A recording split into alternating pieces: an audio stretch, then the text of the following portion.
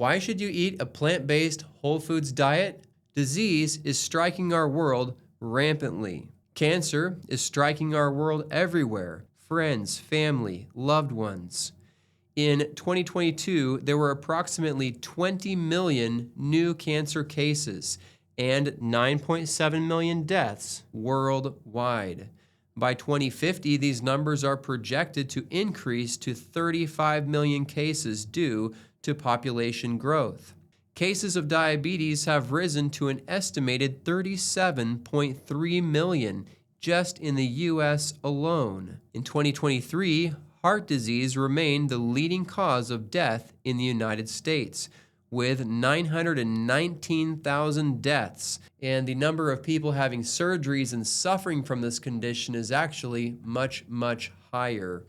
Globally, cardiovascular diseases, including heart disease and stroke, are also the leading cause of mortality, accounting for an estimated 17.9 million deaths every single year. An estimated 121.5 million adults in the United States have some form of cardiovascular disease. Almost half the population of people, especially adults here in the United States, are suffering from this disease. Why are we suffering so much here in the developed world from these diseases? There must be an answer to all of it. And so I want to welcome you to Ellen's Story.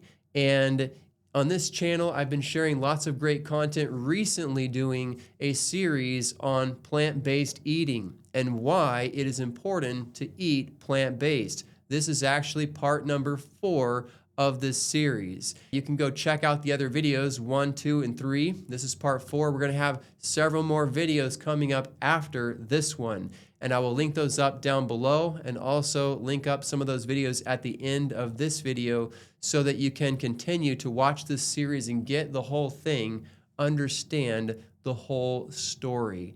And so we are looking at that, and again, this is part 4 of the series, Why Plant-Based? Reason number 4, looking specifically at our health, physical, mental, and spiritual clarity. How can we be healthy as a whole person? And what are the principles here? We're going to look at some things in our world that have been researched, that have been studied, that would give us some very clear information on this and would show us what we can actually do. We can do something about this scourge of disease that is coming upon the world, that people are suffering from. We can do something, and I'm going to show you in this message and the following how you can escape these terrible diseases in our world, and not only you, but you can help your loved ones to escape these diseases that are upon the world. Think about the lives that will be changed as we get to know the information that we need to know. And so I'm going to be sharing some information from the book China Study, but not only there, we're going to look at some other articles and related studies. We're going to see some of these things here, but this is a book originally published in 2006 by Colin Campbell, and this was the most comprehensive study of nutrition ever conducted. I want to tell you a couple things about this book so you understand the background and what these studies actually mean. This book is not mere opinion or flimsy conjecture. It has over 750 references, the vast majority being primary sources of information, including hundreds of scientific publications from other researchers, pointing to the way to less cancer, less heart disease, fewer strokes, less obesity, less diabetes, less autoimmune disease, less osteoporosis, less Alzheimer's, less kidney stones, and less blindness. Does that sound too good to be true? It's not too good to be true, and the facts prove it from multiple sources. And so we're going to be looking at those sources. Incredible, incredible information of how you can be helped and a help to your loved ones. And so let's take a look. Dr. T. Colin Campbell, PhD. You need to understand just a little bit about this man before we look at his research. So he has been in the system for almost 50 years at the very highest levels, designing and directing large research projects, deciding which research gets funded or not. He was a U.S. health policy maker from the research side. He contributed to much of the policy that was also made during his time. Dr. Colin Campbell was on a trail to promote better health by advocating the consumption of more meat, milk, and eggs. You must understand the background of this man. He was very pro exactly what we commonly eat in America. He was all about meat, milk, and eggs. He wrote, "It was an obvious sequel to my own life on the farm, and I was happy to believe that the American diet was the best in the world." We like to believe that we have the best in the world here in America. We have a country that is top notch, the strongest economy in the world, the strongest military in the world, the most wealthy country in the world, United States of America. And so, of course, we should believe that with all of this information and all of these resources and blessings, that we would somehow have the best possible diet in the world. And Dr. Campbell believed that. He came from that background. But he noticed some very terrible things about this understanding. We want to take a look at that. He writes, "America's health is failing. 2/3 are overweight." And we know that's true. Over 15 million have diabetes. The war on cancer since the 1970s has been a miserable failure. Half of Americans take prescription drugs weekly. And by the way, a lot of this contributes to things like kidney disease. Many of the medications that people have been taking to care for their blood pressure and other things of that nature have affected their kidneys in a negative way. And some of you may know loved ones. It may have happened to you, perhaps, how you know that your organs have been affected in a negative way because of the side effects from different medications that are being taken. And this leads to great suffering in our lives, ultimately to great suffering. What can we really do about these terrible things in our world today, in our own society? And so he goes on to say here that over 100 million have high cholesterol. This is absolutely staggering. Over 100 million Americans have high cholesterol. That is 1/3 of the population. What is going on? Is this normal? Is this something that we can avoid? This world and our health is very, very broken. We are suffering much, and we are paying so much money because our health is failing us. And we feel like the system is against us many times. We're getting beaten down.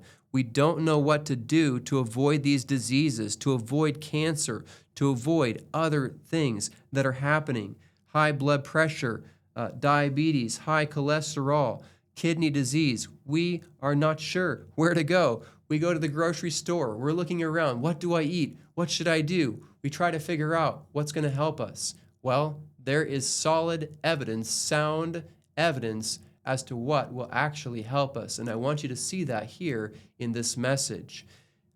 What Dr. Campbell discovered in his research on diet and disease shook his world. It changed his entire reality, his views and teachings on diet and lifestyle. After working at MIT, discovering puzzling toxins that were killing chickens from their feed, Dr. Campbell took a position at Virginia Tech and began a nationwide project in Philippines to help malnourished kids. What a great thing to do. They began investigating an unusually high number of children getting liver cancer, usually an adult disease. You just can't hardly imagine these poor children suffering from liver cancer, even at such a young age, at the prime of their life. Why are they getting cancer? Why are they suffering? They thought that it might be aflatoxin, a mold toxin that is found in peanuts and corn oftentimes, and it's very carcinogenic. It causes cancer. Aflatoxin is not our friend. And so they suspected that it was maybe coming from this, that maybe children were getting too much of this aflatoxin and developing liver cancer at a young age. Their main goal over 10 years was to improve malnutrition by fixing a perceived protein gap, providing more, especially from animals. But Dr. Campbell discovered a very dark secret in the process of this project and this research as they were trying to fix the apparent protein gap, the supposed protein gap. And as they were trying to help these children with liver cancer, he discovered a very dark secret. What was that secret? Campbell writes on page 5 of his book in the introduction, children who ate the highest protein diets were the ones most likely to get liver cancer. They were the children of the wealthiest families, the children who were eating the most American type of diet, the most Western diet, and they had the highest amount of protein from animals in their diet. These were the ones coming down with liver cancer to the highest degree. Incredible that he came across this study, but there's more. Dr. Campbell, after noticing this very dark secret, he then noticed a research report from India with provocative but very relevant findings. Indian researchers studied 2 groups of rats. Both received cancer-causing aflatoxin in equal amounts. Both of these groups received an equal amount of aflatoxin in their diet. One group of rats was fed a 20% protein diet, near the level of Western diets. Keep in mind that not everybody around the world eats the same amount of meat as Americans eat. And so a 20% rate is a pretty high rate of flesh meat or flesh protein in the diet.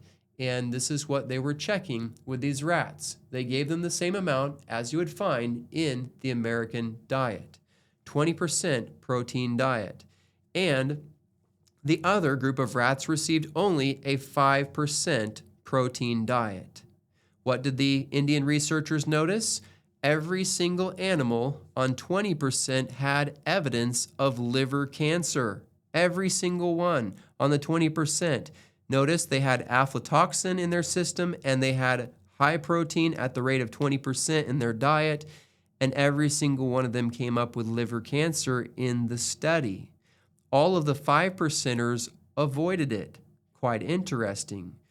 What they noted was that nutrition trumped the toxins. Nutrition played a bigger role than simply having the toxin like aflatoxin present in the diet. And in particular, protein was the key ingredient of nutrition that played a big role. Now, Dr. Campbell decided to study this more. He and his colleagues decided to study the role of nutrition, especially protein, in the development of cancer. So, the role of protein. How does protein play a part in the development of cancer? Due to the provocative subject, as you can imagine, they cautiously framed their hypothesis. They were rigorous in methodology and conservative in interpreting their findings. They chose to research at a very basic science level, just keeping it very simple in their research so that there would be no room for error. They looked at not only whether, but how protein might cause cancer or somehow play a role. American Cancer Society and others funded this research. What they found was absolutely shocking.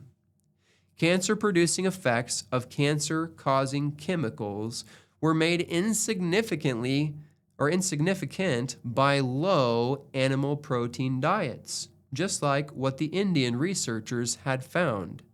At commonly consumed levels in the American diet, cancer flamed up.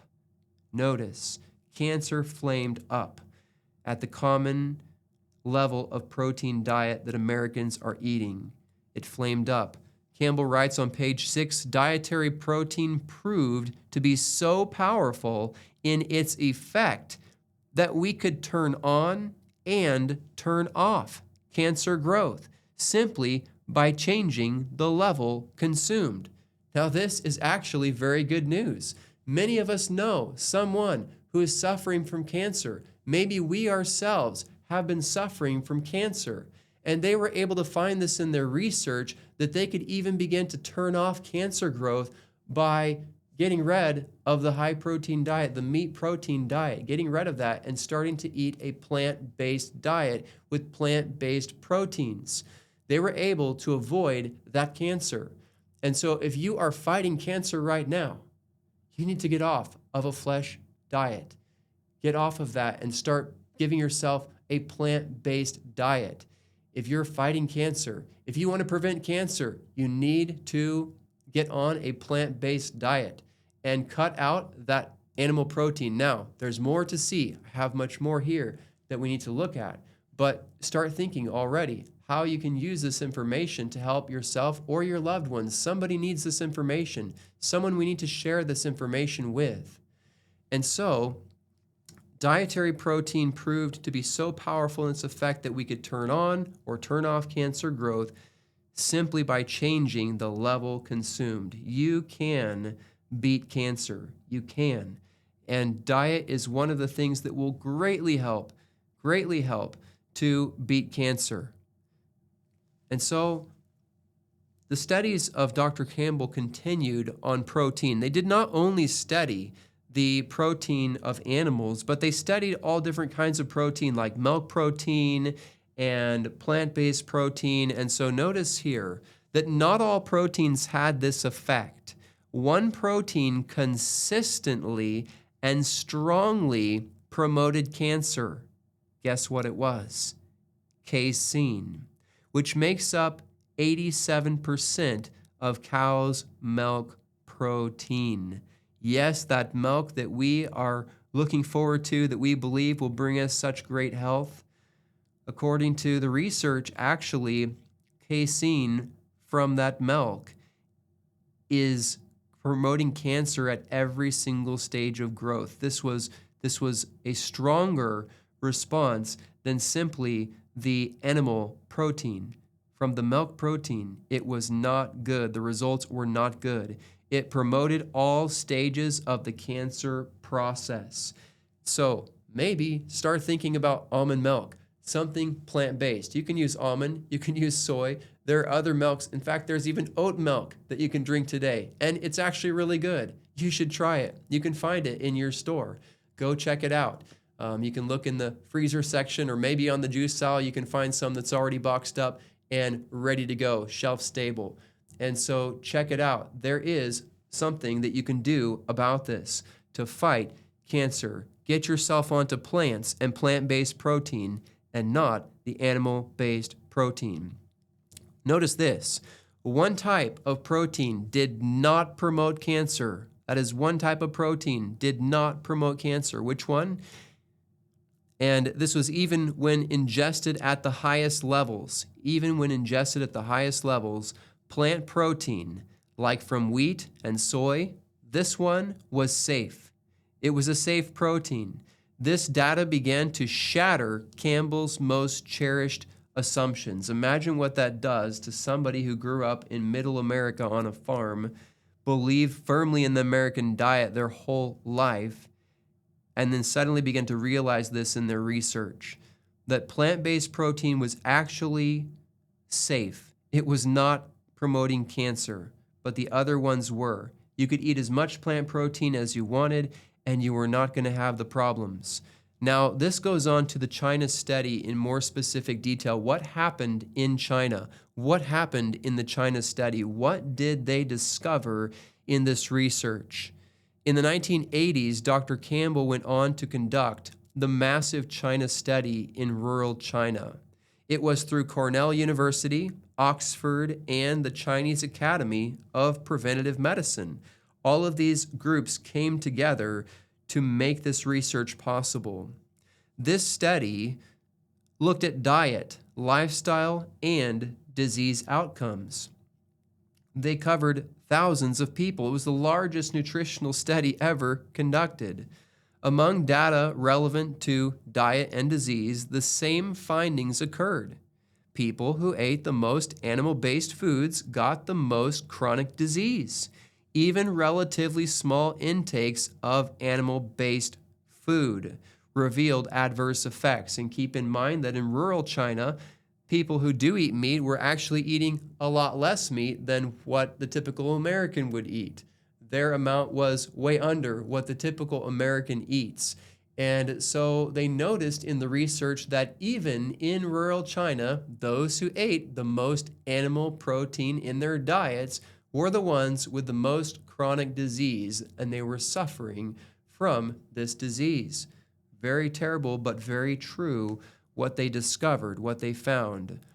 Campbell writes on page 7 in his book, people who ate the most plant-based foods were the healthiest and tended to avoid chronic disease. The more plant-based foods, the better off. These results could not be ignored. It could not be ignored. It was too clear in the research. It was too clear in the study. Dr. Campbell was not satisfied with merely his own findings, and so he sought out the findings of other researchers along these lines and considers their results to be some of the most exciting. Findings of other researchers reveal heart disease, diabetes, and obesity can be reversed by a healthy diet. Various cancers, autoimmune diseases, bone and kidney health, vision, and brain disorders in old age, like Alzheimer's, are linked to diet. Most importantly, the diet that has time and again been shown to reverse and or prevent, and we would love to reverse our bad health in America if we really think about it, get rid of that suffering, get rid of all those doctor's appointments. How can you do it? Well, how can you prevent possible disease and not be the next victim of cancer or some other thing? It tells us here that the diet that has been shown time and again to reverse or prevent these diseases is the same whole foods, plant-based diet. Now, it is key that he says whole foods, plant-based diet. We're not talking about just sitting around eating a sack of potato chips with a bunch of grease and salt. Okay, you need to think about what you're eating. We need to make wise plans. Look for whole foods, more natural, plant-based whole foods, and cook those up. You can actually make many delicious meals from many kinds of wonderful plant foods. And so we need to look at that. And I will be sharing some more on my channel about this as well. So you'll have to stay tuned for that content coming out where I share more about how you can choose some of the best foods to eat a plant-based whole foods diet. And so the research kept showing this. This diet that Dr. Campbell had found to promote optimal health in his lab research, he was seeing the same results in the China study. And in the China study, the findings are consistent. So, you see that these things are consistent through all the studies and in the findings of other researchers as well. So what are some of the specific examples of studies that matched Dr. Campbell's research findings? Well, let's take a look at a couple of these studies. One example is a study of Japanese men living on a traditional Japanese diet versus the common American diet. So, same group of people, Japanese, also same demographic, they are men, and there are some who are living on a traditional Japanese diet, which is a lot more plant-based than the common American diet.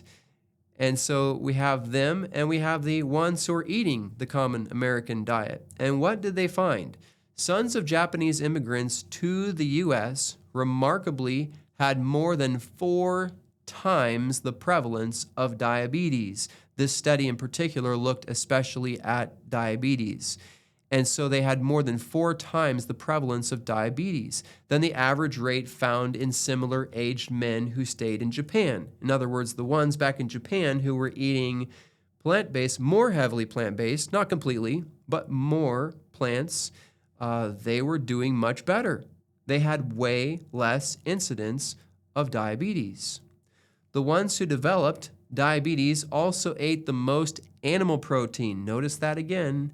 They ate the most animal protein, and they developed diabetes. Animal fat and dietary cholesterol. These were also some things in their diet that were not good. And incidentally, from the Bible, we've looked at this in parts 1, 2, and 3 of this series, that animal fat was never advised to be eaten. People weren't really supposed to eat animal fat, according to the Bible. And so that should be a heads up for us right there. I do recommend that you check out the other videos in this series because you're going to pick up a lot more good, solid information. The Bible highlights these things, and today modern science is confirming what the Bible has revealed all along. Very key truths about diet and health. And so animal fat and dietary cholesterol, when they had a lot of those and animal protein, they were in for more disease. It says each of which is only found in animal-based foods. Notice that. All of these things are in animal-based foods. So what would be the simple conclusion? Start cutting out the animal-based foods and give yourself way more plants. Just start moving that direction. And if you're able to just weed out all the plant or all the animal-based products and get yourself fully on plants, that will be the ideal. That will be the ideal for health. And so start moving that direction. It takes some time because you have to learn a new way to cook, and you got to, start getting used to some different recipes. And so that takes a little time, but start moving that direction if you want to help your health and save your life, and not just yours, but the lives of your children and people you love and care about. You can help people in your life by sharing this information. And so here is example 2, a study of Seventh-day Adventist Christians in Loma Linda. Very interesting.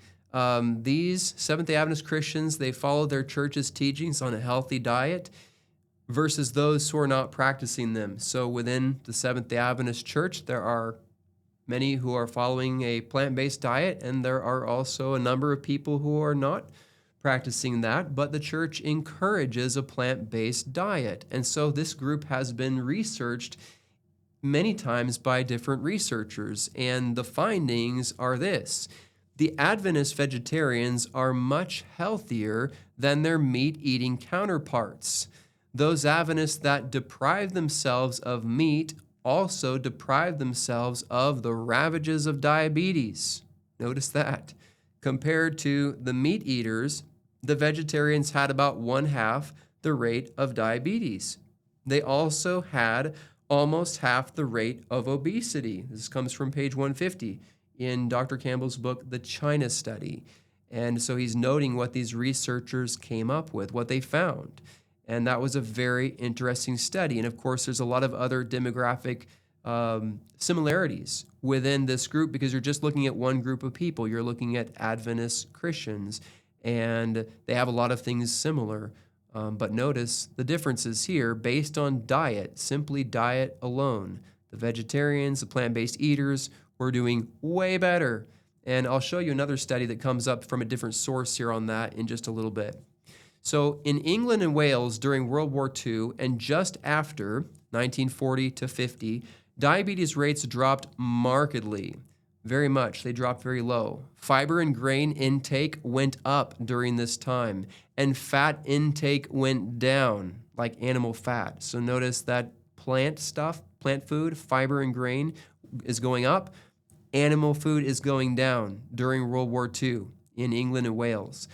Now, after 1950, diets reverted to meat, fat, and sugar because they had all of these things kind of back in their diet after the war. They were not eating wartime diets. Guess what happened?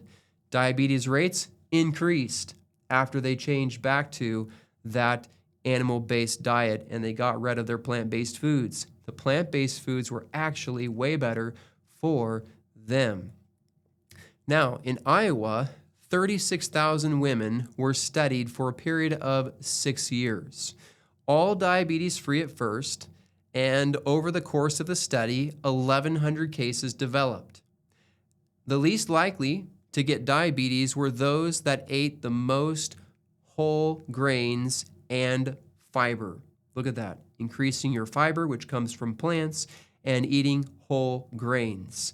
So we're looking at carbs, but not just any kind of carb. We're looking at complex carbohydrates. Complex carbohydrates are actually, as we can see from the research, very beneficial for you and me. Complex carbohydrates. So we're looking at whole grains and fiber. You need fiber in your diet. Fiber helps us to fight cancer, and fiber helps us to fight many types of diseases. It helps our food to time release energy instead of dumping it all at once into your bloodstream like a sugar, like a simple carbohydrate. You're getting a complex carbohydrate which time releases. And that is the way that it was originally designed based on the Creator's plan, how God designed food. Pretty amazing, isn't it? So, found in whole foods, plant-based foods. Now, here is an incredible study, and this is one of our final thoughts to look at in this message today. So we have here in 2005, November of 2005, Dan Buettner wrote an article from his research of many years in National Geographic magazine, The Secrets of Living Longer. And Dan Buettner described 5 blue zones, places around the world where people were living the longest, healthiest lives. And he studied what was peculiar about these particular populations. What was unique about them? Okinawa, Japan was one of them. The tiny Aegean island of Ikaria was one of them. Nicoya, Costa Rica was another. Southern Californian community of Loma Linda was one, and I've got that underlined here because what was unique about Loma Linda? Well, that's actually where many Seventh-day Adventists live. In Loma Linda, California, there are many Seventh-day Adventists. They have a big health institute there and a hospital there. And so many Adventists there were eating a plant-based diet, just like we've already looked at that group in another study. Now, the 5th place was Sardinia's mountainous eastern provinces, and as Dan Buettner looked through the evidence of these 5 blue zones, he looked for what was common between them that helped people to live longer, healthier, happier lives. I mean, these people could be 100 years old and still driving their car around, very healthy. What did he find? Well, this National Geographic explorer, after conducting years of research into these areas, he found that there's no single answer for longevity, but rather it's influenced by several lifestyle factors, all of which combine in the 5 blue zones, combining these lifestyle factors. That's very important. So what were the common characteristics? Well, people move their bodies, they exercise naturally, regularly participating in low-intensity activities such as walking and gardening and eating seasonal plant-based foods. That is, again, a key ingredient that we see harmonizes with what was found in the China study. Crucial, too, is prioritizing time with friends and family, making sure to sit back, relax, and enjoy life. Like, don't be overstressed. Don't overdo it. Do something, but don't overdo it. So there's temperance in the life. By the way, that's a biblical principle. Temperance is a biblical principle. Now, Dan advised eat plant-based foods. Just do it. Learn to eat plant-based foods. It will save your life or someone you love. Travel by foot. Prioritize a good night's sleep. Keep your mind engaged, so use it. Think about things. And above all, make time for yourself. By incorporating these things into our lives, it might just be possible for us all to reap the benefits of blue zone living wherever we are. And that comes from National Geographic. And so that's incredible. The plant-based foods make a difference, and mixing in these other aspects of relationship and the right amount of work, temperance in how we approach life. Do not overdo it, but don't underdo it. And right at the heart of this is the plant-based diet, eating lots of whole foods, high fiber, plant-based foods, complex carbohydrates, not the simple ones. You've got to eat the healthy ones. And so this was discovered in the research, not only from the book China Study, but also from the other places here of research, such as what we find in National Geographic. And what is very, very fascinating is that these things link back to the Bible. You can find a lot of these principles right here in the Bible if we just knew what those principles were, if we checked it out. And this series, by the way, again, is covering that. So I'm linking up videos here in the description below and at the end so you can hopefully learn more about this from a holistic standpoint, understand the various facets of this. Now, I want to show you just one more thing here.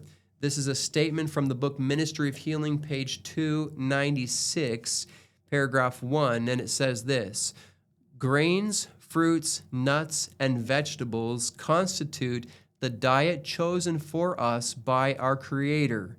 And yes, you can go find that in the Bible in Genesis chapter 1, verse 29. It was the original diet, the Eden diet. And this series explores that more in part 1 of the series, looking at the Eden diet from Eden to Eden, plant-based in the Bible. And it says here, these foods prepared in as simple and natural a manner as possible are the most healthful and nourishing. Wonderful counsel, isn't it? The most healthful and nourishing, prepared in as simple and natural a manner as possible. So we're talking about plant-based whole foods. It says they impart a strength, a power of endurance, and a vigor of intellect that are not afforded by a more complex and stimulating diet. Isn't that incredible? That was something written by Sister Ellen. That is Ellen White, and she was one of the founding members of the Seventh-day Adventist Church. And so, of course, this channel is called Ellen's Story, and we have lots of things that she talked about and wrote about, biblical principles and teachings and information that is very, very helpful for our spiritual lives, but also for our health, And so we want to learn more about that. How is it that we can develop this kind of diet, and how can we reap these benefits? Now, what's incredible to me is that these statements were written a long time ago, well over 100 years ago when these statements were written. And yet today we're looking at the research. But you know, this is the original diet in Genesis, the Eden diet. This is the original diet in the Bible. Now there's more to look at, but I won't share that here. Now upcoming in our next part, that is part 4.2, we are going to explore the information and statements from the Bible and from Ellen White that brought many Seventh-day Adventists to adopt the plant-based whole foods diet that they did, and to experience such amazing benefits. You don't want to miss this. You don't want to miss it. And so I'm looking forward to having you come back and join me for the other parts of this series and checking out this plant-based series, why you should eat plant-based. There's a lot of good reasons to eat plant-based, and I've got some very exciting things to show you in the next part. So stay tuned for the next part. Now, if you would you pray with me? Are you a person of faith? Do you believe in God? Would you stay for just a moment and we can have a prayer? Let us pray together in closing this. We need God's help in our lives, in our families. Let us pray. Our Father in heaven, we pray today that you will be with us and help us to know your love. Please help us to know your grace and power through Jesus Christ in our lives, the saving grace of Jesus. Help us, Lord, to know you. And I pray that we will experience the health benefits that you have revealed in the Bible and in many places. And now today in science, we are seeing a lot of studies revealing the truth about these things. So Lord, please help us to understand this and be able to share these truths with our family and friends, with our loved ones. Help us, Lord, to help many people and help us to experience your blessings and your grace and your help in our lives to overcome sickness and disease and suffering. We don't want these things. And we believe, Lord, that you don't want these things either in our lives. So help us to have wisdom and knowledge so that we can navigate rightly this world and avoid many of these terrible diseases that people are suffering from.